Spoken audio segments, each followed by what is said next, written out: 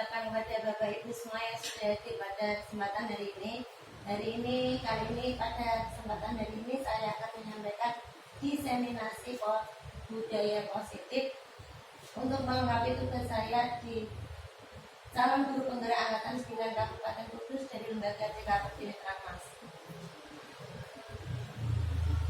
Nah, sebelum kita mulai, marilah kita buat kesepakatan kelas dulu. Yang pertama, mengikuti kegiatan dengan bahagia. Bahagia ya Bapak Ibu? Kemudian hadir dalam forum ini secara sadar. Maksudnya tidak sedang mimpi atau tidak sedang ngantuk. Menghormati temanan yang sedang berbicara dan mengangkat tangan sebelum atau bertanya dan berpendapat. Apa ada yang ingin ditambahkan? Bu. Cukup, ya, terima kasih. Untuk selanjutnya adalah kita speaking dulu sebelum mulai ke materi. Silakan Bapak Ibu berdiri, cari pasangannya. Ya, silakan cari pasangannya. Kalau tidak ada pasangannya, tiga ada apa-apa. Cari pasangannya boleh. Ini dua-dua. Boleh. Kasihan Bu. Tidak apa-apa, tidak apa-apa. Nah, ini nanti ini. Kita bertiga kali. Oh, tidak usah gantian tangan. Jadi kalau biasanya sweep kan jempol, terus sama jari ini sweepnya pakai jari. Dikalikan, misalnya, ayo 1, 2, 4. Nah, cepet-cepetan jawab. Kalau nanti yang jawabnya salah dan salah atau lebih dulu atau terlambat, berarti nanti kena hukuman, kena konsekuensi. Hukumannya apa, Bu? Menyanyi. Hukumannya menyanyi. Oke, bisa dimulai ketiga berarti ya. Dua tiga yang berarti sama mereka. Mulai 1, 2, 3. Cepat. Kali betul. Kali 2 kali 1. Betul kan?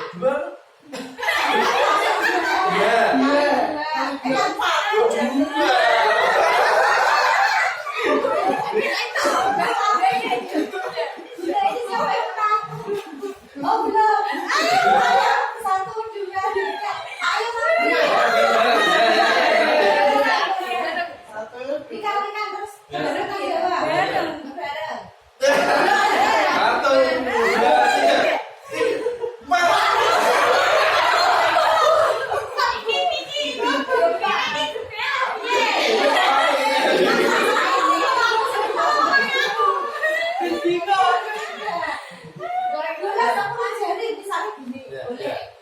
Boleh.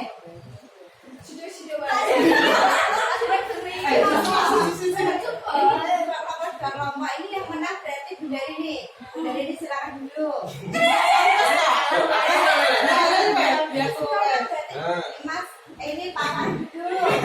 Ini Bunda Rini.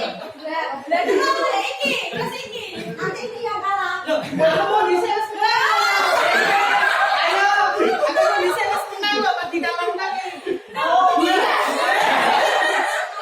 Silakan sekarang Bunda Risa sama Bunda Rini.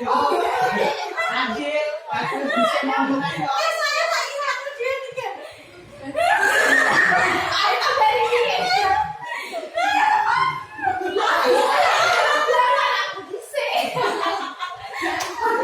Silakan. Namanya Dinja nyanyi.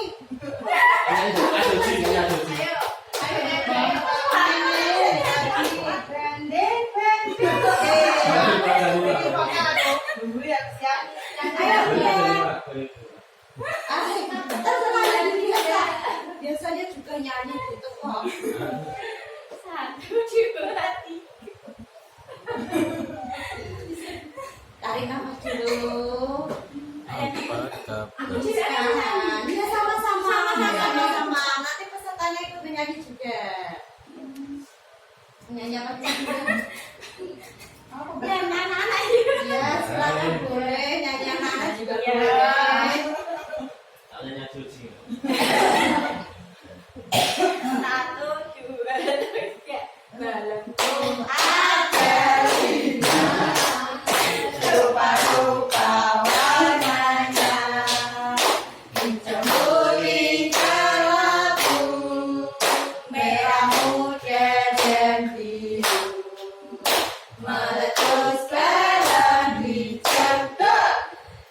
hatiku sangat kacau, aku tinggal engkau, ku pegang erat-erat.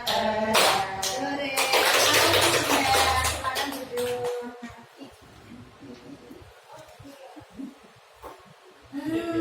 Oke, terima kasih sudah sangat berpartisipasi ya untuk selanjutnya. Nah, di sini ada 4 kalimat tematik.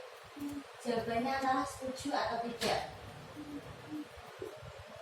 Memberi hukuman dapat mendisiplinkan siswa. Setuju apa tidak, Bapak Ibu? Setuju.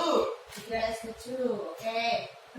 Memberi hadiah atau reward bisa memotivasi siswa. Setuju apa tidak? Setuju. Yang kemudian guru bisa mengontrol peserta didik. Setuju apa tidak? Harus. Oke. Terus seorang guru harus mampu memberikan solusi bagi siswanya. Ya, oke, sepakat. Ini sebenarnya kita sharing sama-sama ya. Saya juga tidak lebih pintar atau lebih mengetahui dibanding dengan semuanya. Topik kita hari ini adalah yang akan kita bahas yang pertama, disiplin positif dan nilai-nilai kebajikan universal. Yang kedua, teori motivasi, hukuman, dan penghargaan serta restitusi. Yang ketiga, keyakinan kelas. Yang keempat, kebutuhan dasar manusia dan dunia berkualitas. Yang kelima, restitusi, ada 5 posisi kontrol. Dan yang terakhir, restitusi dengan segitiga restitusi.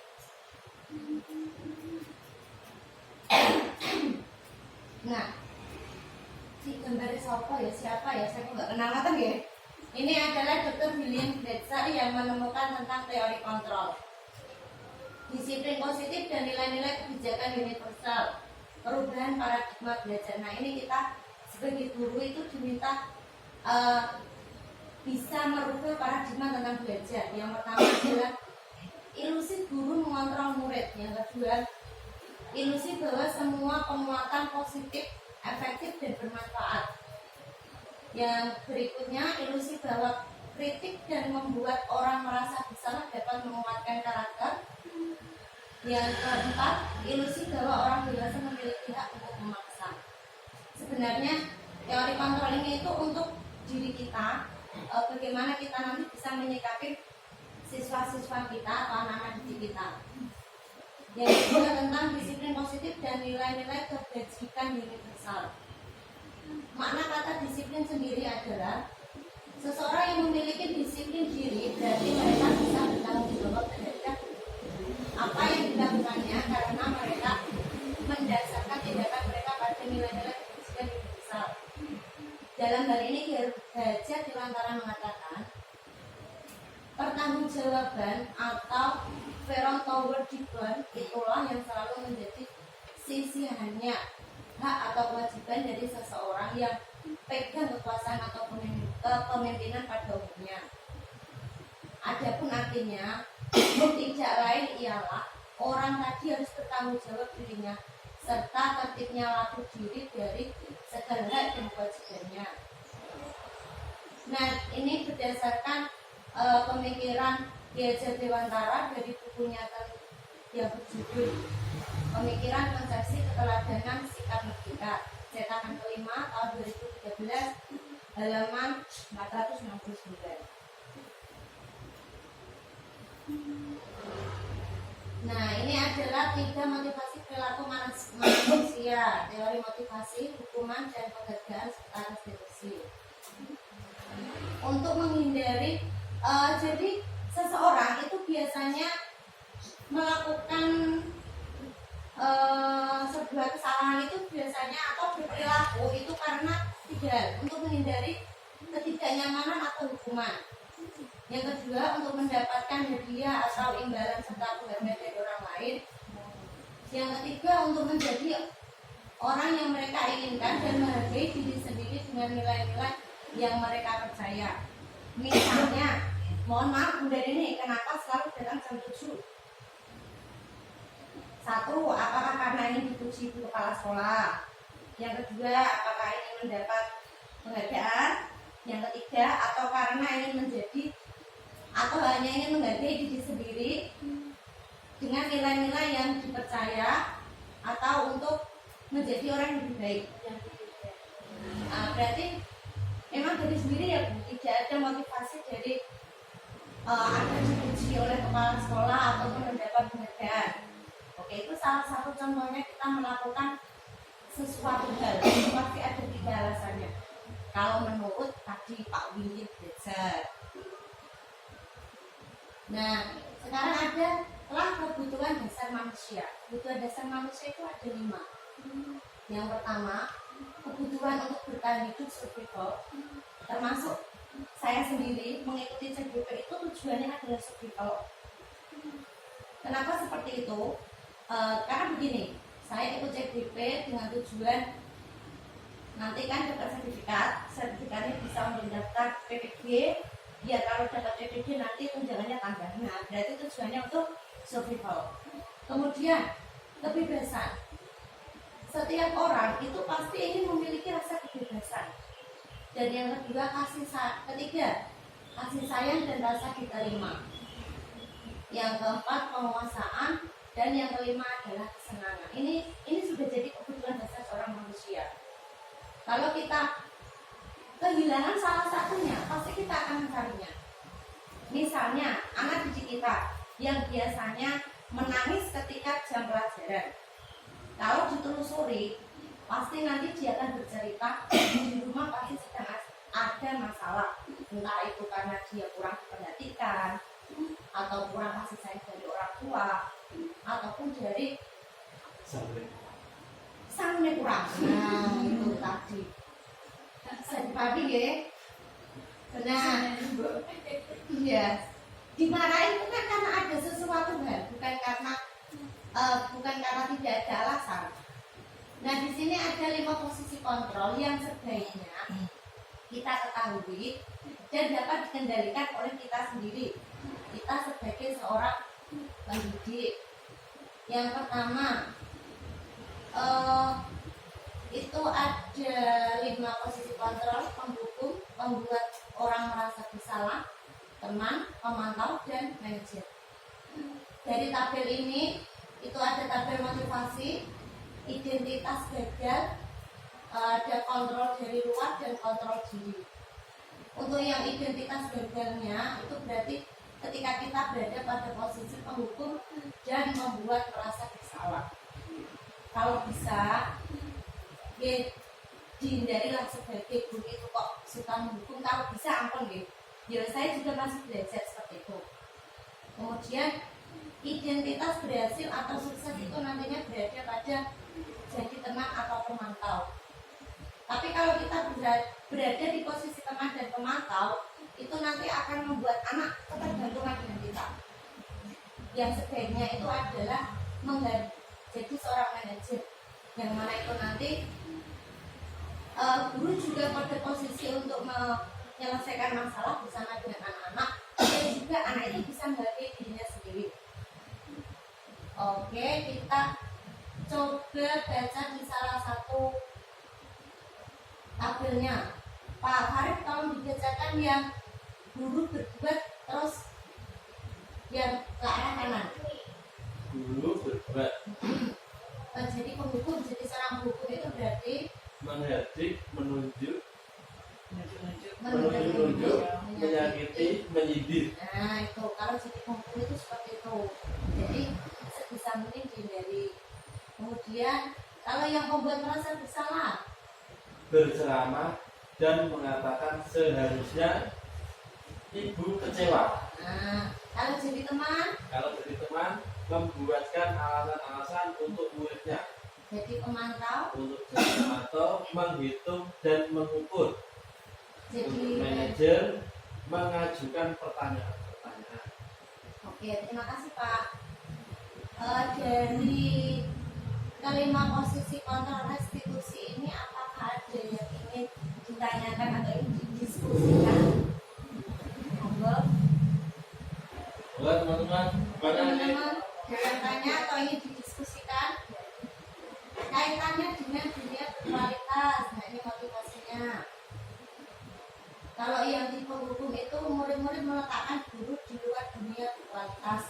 Jadi dia sudah menjelaskan kalau sama guru ini mesti kon aku telat dukung. Nah, sudah bagi dia bundar ini itu sudah bukan guru yang sudah di luar gurunya yang baik. Jadi seperti itu, mungkin anak-anak sudah menjelaskan seperti itu. Kalau pembuat merasa bersalah itu murid meletakkan guru di dalam dunianya yang berkualitas. Saat itu gabung, nah, biasanya itu merasa ada rasa empati dari anak. Kalau jadi teman, itu murid meletakkan guru di sebagian orang yang sangat penting di dunianya yang berkualitas. Karena kalau jadi teman, kita berarti kan erat dengan anak, dan anak itu juga menganggap erat dengan kita. Jadi kalau kita tidak ada, dia pun akan merasa kehilangan. Kalau jadi pemantau, murid meletakkan guru, peraturan, dan hukuman itu di dunia berkualitas. Jadi kalau saya melanggar aturan, kalau saya tidak taat dengan aturan, berarti itu termasuk hal yang harus dipatuhi ya, karena nanti bisa saja kalau dia melanggar itu tidak sesuai dengan aturan dan bisa dihukum. Kemudian untuk yang jadi manajer itu murid meletakkan dirinya sebagai individu yang positif dalam dunia yang berkualitas. Maksudnya di sini itu murid itu kalau jadi manajer itu kita menggali permasalahan murid itu dari dirinya sendiri. Bukan kita yang menentukan hukumannya, tapi dipantik atau diajukan pertanyaan sehingga anak itu menyelesaikan masalahnya sendiri juga dengan solusinya sendiri. Jadi dengan kesadaran diri. Nah, ini ada beberapa contoh posisi kontrol pada restitusi. Kalau jadi penghukum itu bagaimana? Kalau jadi, nah ini posisi penghukum. Mungkin karena tidak dulu.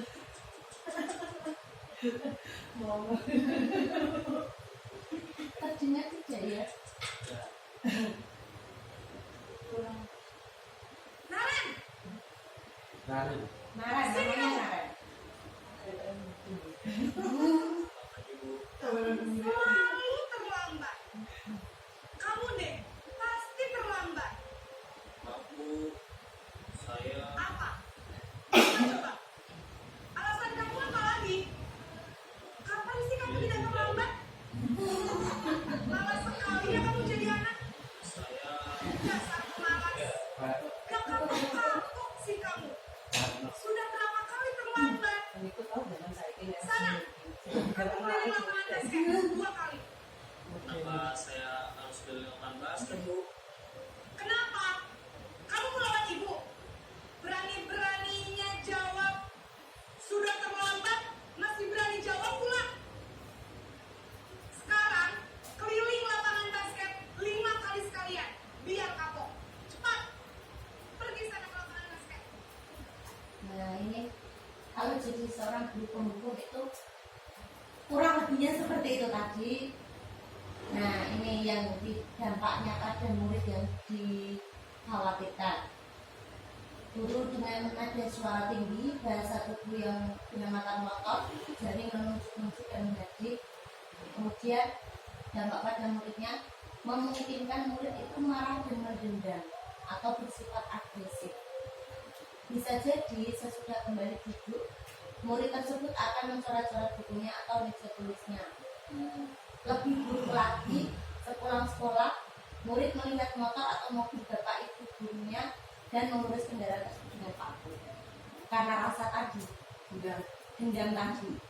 Ini hati-hati ini. Terus ini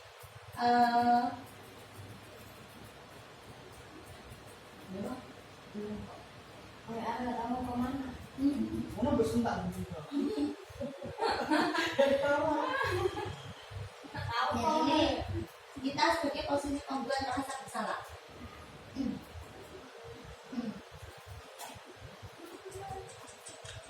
Modelnya masih sama modelnya. Naren, Ada palu. Sampai Ibu. Naren. Kamu kenapa terlambat lagi, nak?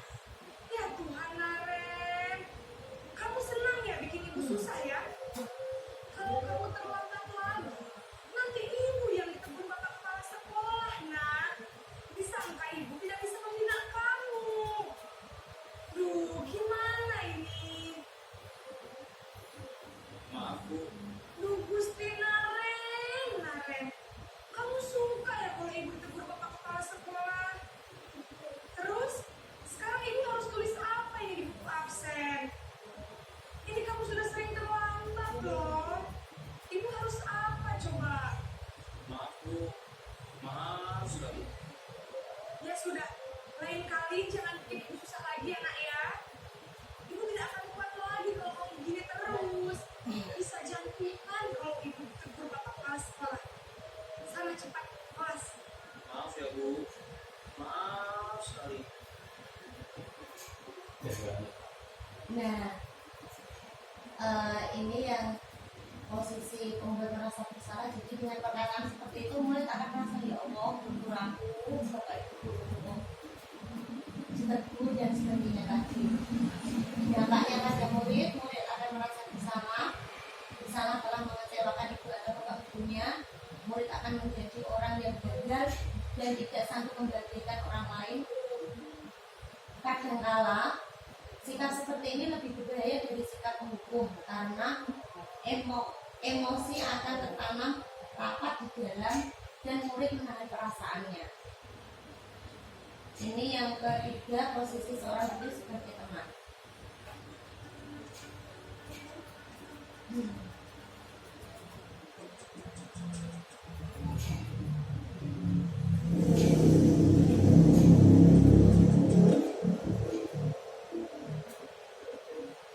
Naren,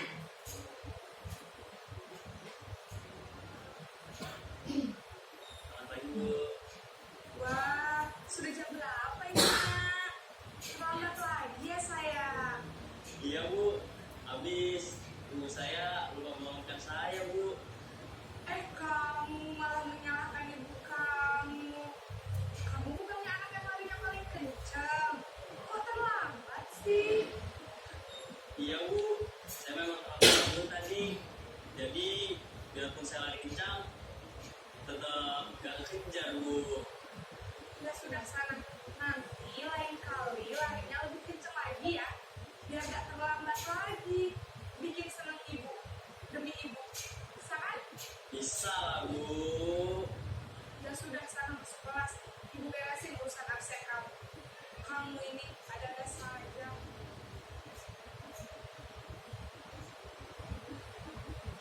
Nah, di posisi teman ini, guru pada kelas ini tidak menyakiti murid, namun tetap berupaya mengontrol murid melalui persuasi, melalui perkataannya tadi. Posisi teman pada guru bisa negatif atau positif. Positif di sini berupa hubungan baik yang terjalin antara guru dan murid, dan hal negatifnya pada posisi teman ini adalah bila suatu saat guru tersebut tidak membantu, maka murid akan kecewa dan berkata bahwa murid merasa dikecewakan dan tidak mau lagi berusaha. Yang kedua, ini murid akan merasa senang dan akrab dengan guru. Ini termasuk dampak yang positif. Untuk sisi negatifnya, murid menjadi tergantung pada guru tersebut. Bila ada masalah, dia merasa bisa mengandalkan guru tersebut untuk membantunya. Yang keempat, ini posisi pemantau atau monitor.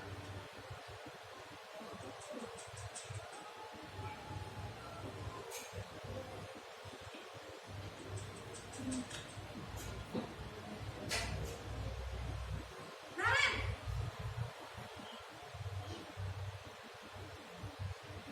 Apa Ibu? Naren, apa peraturan sekolah kita tentang jam berapa kita harus masuk sekolah, Nak? Kita harus ke sekolah jam 7 Bu. Iya, betul. Sekarang sudah jam 7. Naren sudah tahu konsekuensinya jika terlambat hadir. Paham Bu? Saya harus tinggal kelas pas jam istirahat selama 20 menit. Iya, benar. Konsekuensinya demikian. Jadi nanti jam 9.30 pas istirahat, kamu harus tinggal di kelas, kerjakan tugas tambahan untuk ketertinggalan kamu, ya? Baik Bu. Ini jadi guru hanya memantau kesalahan si anak tadi untuk bertanggung jawab tentang konsekuensi. Memantau berarti mengawasi. Pada saat kita mengawasi, kita bertanggung jawab atas perilaku orang-orang yang kita awasi. Nah, posisi pemantau berdasarkan pada peraturan dan konsekuensinya. Murid memahami konsekuensi yang harus dijalankan karena telah melanggar salah satu peraturan sekolah. Guru tidak menunjukkan suatu emosi yang berlebihan, menjadi marah atau membuat merasa bersalah. Jadi tadi mukanya biasa-biasa saja. Nah, ini yang kelima adalah manajer.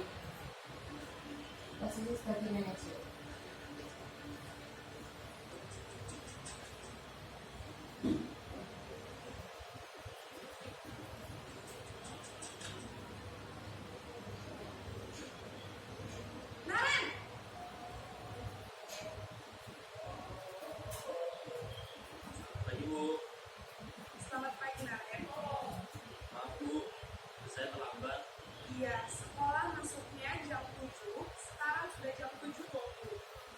Jadi sekarang bagaimana ini Naren?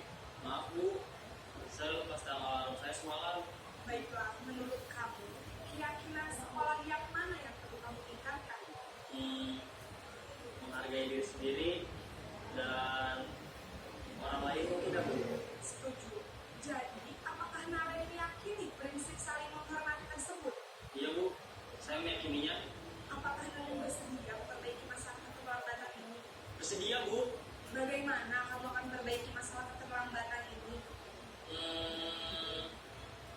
Saya akan coba untuk tidak lupa menyetel alarm saya Bu. Baik, kalau Naren mau menyetel alarm di rumah, ada orang yang kira-kira bisa bantu mengingatkan tidak? Ada Bu, kakak saya, Kak Emma. Ada lagi selain Kak Emma? Selain Kak Emma, ada ibu saya. Baik, jadi yang mengingatkan Naren adalah Kak Emma dan ibu kamu ya. Kira-kira akan mulai start alarm kapan Naren? Setelah pulang sekolah, akan segera saya lakukan. Baik, jadi Naren akan setel alarm untuk bangun besok pagi dan akan diingatkan oleh kakak dan ibu dan Naren ya. Ada lagi yang mungkin perlu dilakukan Naren agar tidak terlambat bangun lagi? Tidak ada Bu. Baik Naren, terima kasih untuk kerjasama kamu. Sekarang kamu perlu kembali ke kelas untuk belajar. Baik Bu, terima kasih. Oke, ini yang terakhir adalah manajer. Tapi kalau istilahnya ada anak yang sering buat masalah, kalau seperti itu ya repot juga ya Bu. Setiap hari terlambat masih direstitusi, tapi kok seperti itu terus ya terpaksa harus dengan cara yang tadi Itu kan cuma satu contoh. Bu. iya Kan muridnya itu seperti itu terus menjadi itu cuma satu contoh tadi kan. iya memang ya makanya kalau ada yang lain seperti itu kan nanti bisa kita bisa menempatkan diri di posisi yang mana. Yang terakhir adalah posisi manajer, posisi di mana guru berbuat sesuatu bersama dengan murid, mempersilahkan murid untuk mempertanggungjawabkan perilakunya, mendukung murid agar dapat menemukan solusi atas permasalahannya sendiri. Jadi fokusnya adalah pada murid, bukan untuk membahagiakan guru atau orang tua. Murid sudah mengetahui adanya suatu masalah dan sesuatu perlu terjadi, guru akan mengembalikan tanggung jawab pada murid untuk mencari jalan keluar. Tentunya dengan bimbingan guru.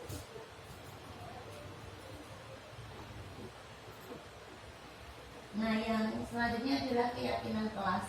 Keyakinan kelas adalah nilai-nilai kebajikan atau prinsip-prinsip universal terlepas dari perbedaan agama, suku, negara, dan bahasa. Ini pengertian menurut Burson. Dan suatu keyakinan akan lebih memotivasi seseorang dari dalam secara intrinsik.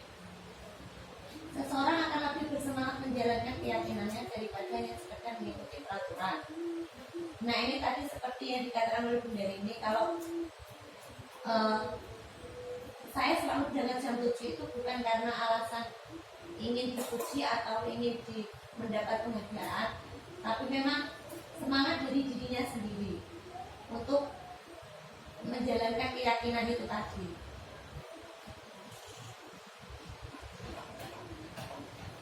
Mengapa keyakinan kelas tidak peraturan kelas saja? Nah, menekankan pada keyakinan karena seseorang itu akan lebih memotivasi diri dalam. Seseorang akan lebih tergerak dan bersemangat untuk menjalankan keyakinannya daripada hanya sekedar mengikuti serangkaian peraturan tertulis tanpa makna. Murid pun demikian, mereka perlu mendengarkan dan memahami arti sesungguhnya tentang peraturan-peraturan yang diberikan. Apa nilai-nilai kebajikan di balik peraturan tersebut dan apa tujuan utamanya, dan menjadi tidak tertarik atau takut sehingga hanya sekedar mengikuti serangkaian peraturan-peraturan yang mengatur mereka tanpa memahami tujuan mulianya. Ini misalnya keyakinan kelas. Ini salah satu contoh dari keyakinan kelas. Selalu bersikap positif, senantiasa menjadi diri terbaik, percaya dan menghormati orang lain serta barang miliknya, berkomitmen terhadap setiap tugas, senantiasa membantu. Ada pertanyaan reflektif, ini ada sebuah kasus.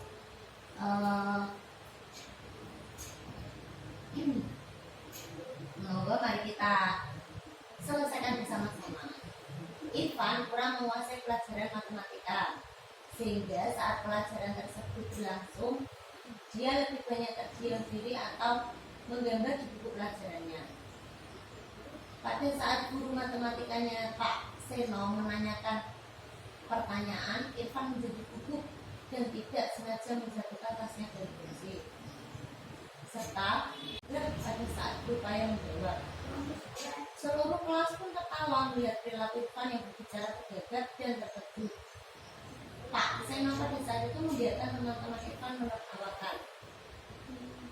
Irfan yang gagap dan malu luar biasa dan malahan meminta Irfan untuk maju ke depan, berdiri di depan kelas sambil menunjuk ibunya karena tidak bisa menjawab pertanyaan Pak Seno.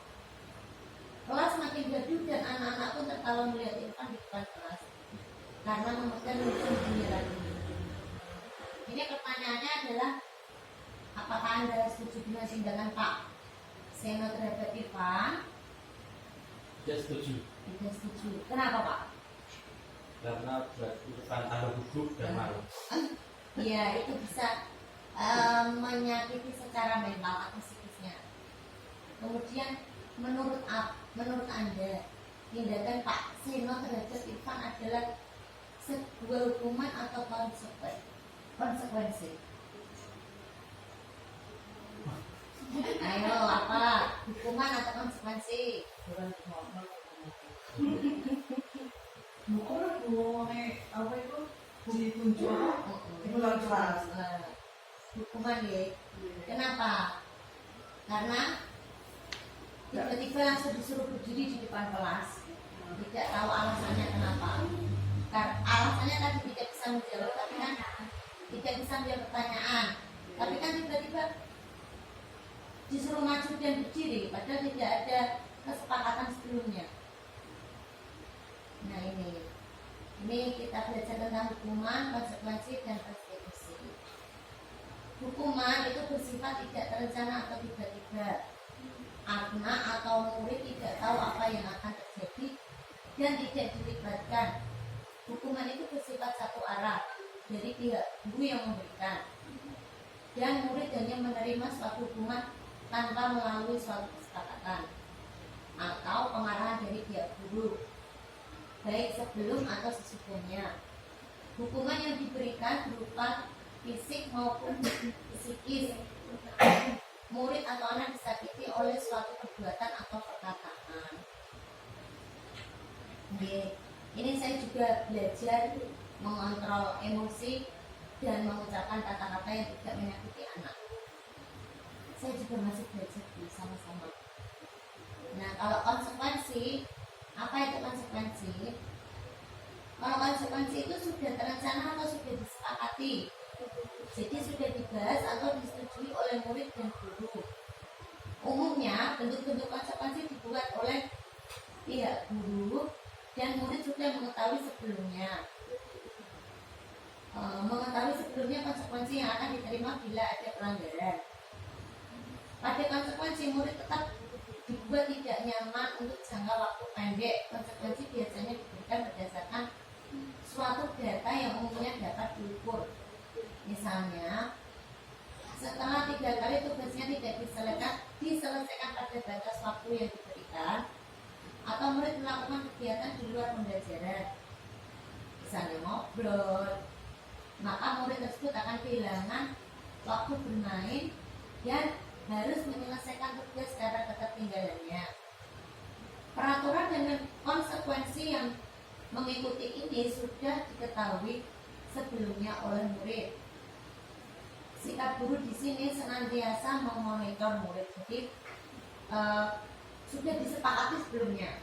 Kayak seperti tadi kesepakatan pas di depan. Seperti tadi saat Bundar ini ice breaking, kalah. Nah kita kan sudah sepakat yang kalah bernyanyi. Berarti itu konsekuensinya, termasuk dari konsekuensi. Nah mari berarti hukuman atau konsekuensi. Monggo. Jadi lari mengelilingi lapangan basket 2 kali, hukuman atau konsekuensi? Hukuman. Membersihkan coretan yang dibuatnya di meja, konsekuensi. Murid diminta untuk push-up 15 kali karena terlambat, hukuman. Menggantikan kertas untuk temannya yang sudah dicoret-coret, konsekuensi. Oke, alhamdulillah sudah panas semua berarti. Nah ini, ya, lari mengelilingi lapangan basket 2 kali itu hukuman. Kemudian membersihkan coretan yang dibuatnya di meja, konsekuensi. Yang push up 15 kali karena terlambat sebuah hukuman, dan menggantikan kertas tugas teman yang dicoret, konsekuensi. Nah, apa itu restitusi? Nah, kalau restitusi adalah proses menciptakan kondisi bagi murid untuk memperbaiki kesalahan mereka sehingga mereka bisa kembali pada kelompok mereka dengan karakter yang lebih kuat. Ini pengertian restitusi menurut Bapak dosen. Restitusi juga merupakan proses kolaboratif yang mengajarkan murid untuk mencari solusi untuk masalah mereka dan membantu murid berpikir tentang orang seperti apa yang mereka inginkan dan bagaimana mereka harus memperlakukan orang lain.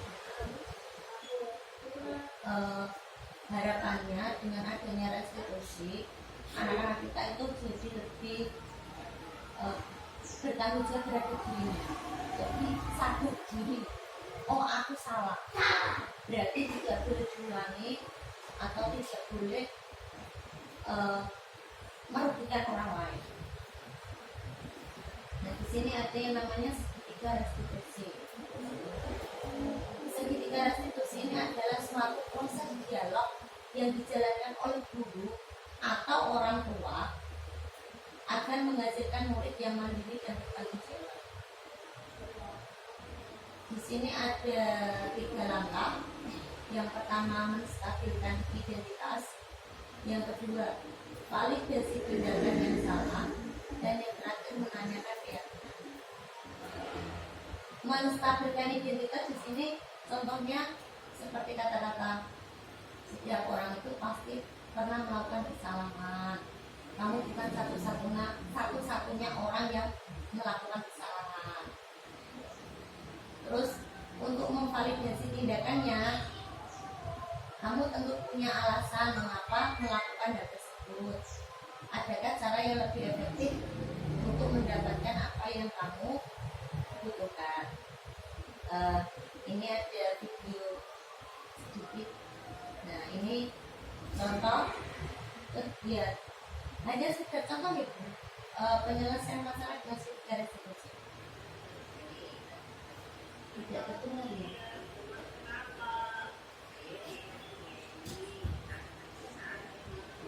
Wow.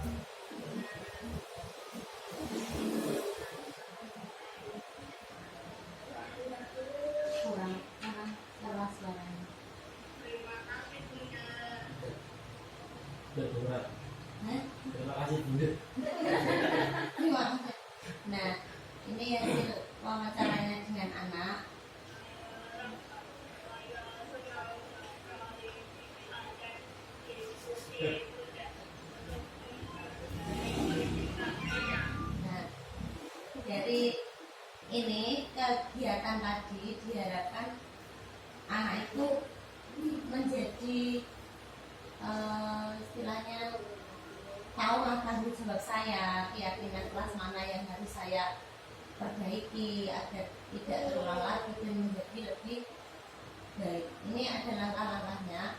Proses 3 tahapan tersebut didasarkan pada prinsip utama dari teori kontrol, yaitu menstabilkan identitas, validasi tindakan yang salah, dan menanyakan keyakinan. Ini contohnya tadi kata-kata yang diucapkan. Kalau yang menstabilkan identitas itu kita semua pasti akan pernah melakukan kesalahan, tapi semua perilaku itu pasti ada alasannya. Nah, untuk memotivasi itu semua diharapkan itu semua memiliki dari motivasi internalnya. Nah, kita sudah ada, alhamdulillah sudah berada di penghujung kegiatan refleksi. Sebelumnya ada pertanyaan? Ada kasus atau apa? Kalau tidak ada, saya akan membagikan kertas.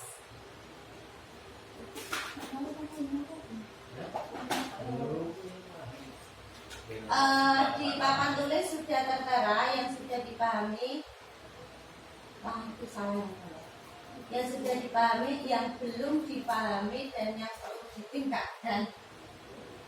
Saya ganti dulu. Silakan nanti diisi.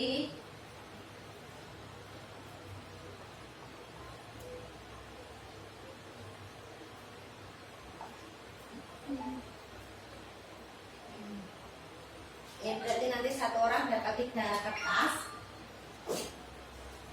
dan nanti bisa dibacakan sendiri.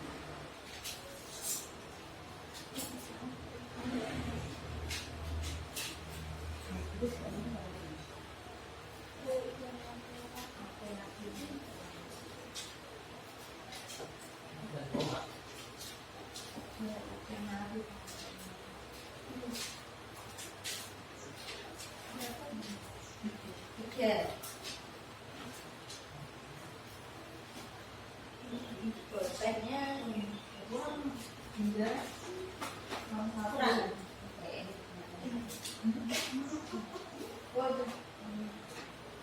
Tidak harus ketiganya, misalnya aku paham kafe kok, enggak apa-apa. Ditulis satu saja. Sudah paham semua. Misalnya, saya belum paham bagian ya restitusi. Jadi boleh. Misalnya lagi, saya senang karena tambah ilmu. Boleh, silakan ditulis di situ. Jadi refleksinya slow saja. Monggo silakan ditulis, ditempel. Nanti saya minta 1 atau 2 yang nanti menyampaikan secara lisan.